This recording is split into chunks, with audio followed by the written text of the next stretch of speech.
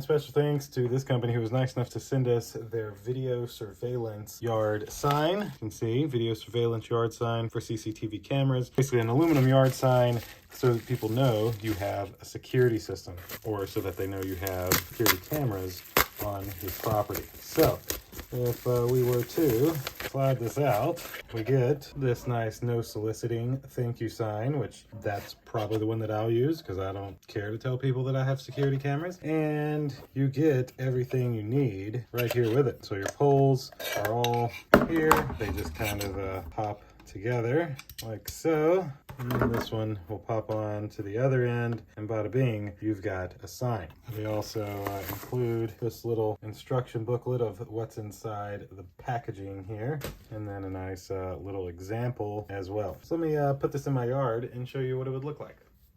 All right, so we have our sign all put together. Now we'll just take this, put it over here in our yard, stick it in the ground, and there we go. In just a few moments, we have a no soliciting sign right in our yard. That'll do it for this video. Thanks again to the company for sending it to me. Thank you all for watching. We'll see you in the next one. Deuces.